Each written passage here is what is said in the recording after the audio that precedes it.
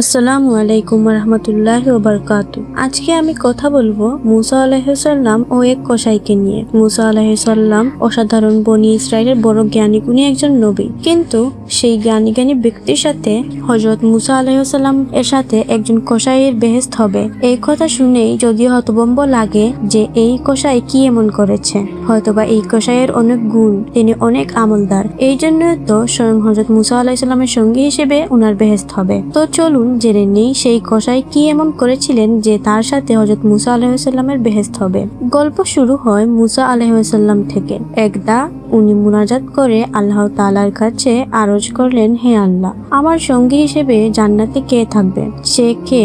তার সাথে আমার দুনিয়াতেও সাক্ষাৎ করিয়ে দিন। অতঃপর আল্লাহ সুবহানাহু ওয়া তাআলা বললেন, হে মুসা, তোমার জান্নাতে সঙ্গী হবে অমুক জায়গার অমুক কসাই। এই কথা শুনে মুসা আলাইহিস সালাম অবাক হলেন। সাধারণ এক কসাই উনার জান্নাতের সঙ্গী হবেন? ঠিক কি কারণে? উনার মধ্যে কি এমন আছে তা জানতে মুসা আলাইহিস সালাম চুপি চুপি সেই কসাইয়ের দোকানে গেলেন। গিয়ে দেখতে পেলেন এক সাধারণ কসাই মাংস কেটে বিক্রি করছে।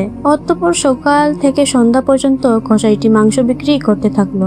মুসা আলাইহিস সালাম তার সাধারণ জীবনযাপন দেখে ভাবতে লাগলেন, সে এমন কি করলো যাতে সে মুসা আলাইহিস সালামের সাথে বেহেশতে যাবে। তার মধ্যে বিশেষ কিছু দেখতে পেলেন না মুসা আলাইহিস সালাম। অতঃপর সন্ধ্যা নেমে গেল। সে মাংসের একটি থলে নিয়ে বাড়িতে রওনা দিল। মুসা আলাইহিস সালামও তার পিছু নিলেন। বাড়ির সামনে এসে মুসা আলাইহিস সালাম মেহমান সেজে উনার সামনে গেলেন। কসাই উনাকে নিয়ে ভিতরে গেল, গিয়ে মাংস রান্না করলো। অতঃপর উপর থেকে একটি ঝুড়ি নামালো। সেখানে একটি বৃদ্ধা ছিল। কসাই বৃদ্ধাকে গোসল করালো এবং আহার করালো। এরপর আবার ঝুড়িতে তুলে রাখলো। এই সময় মুসা আলাইহিস সালাম খেয়াল করলেন বৃদ্ধাটি বিড়বিড় করে কি যেন বলছিল। এরপর কসাই মুসা আলাইহিস সালামকে মেহমানদারি করালো।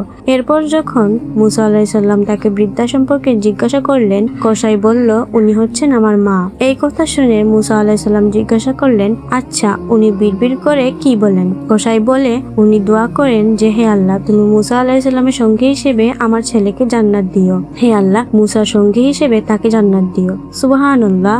আর এই মায়ের দোয়া আল্লাহ অবশেষে কবুল করেই নিলেন। মুসা আলাইহিস সালাম সবকিছু বুঝতে পারলেন। অবশেষে তিনিও বললেন, হে কসাই, তুমি জেনে রাখো আমি মুসা আলাইহিস সালাম, আর আমার সাথেই তোমার বেহেশত হবে।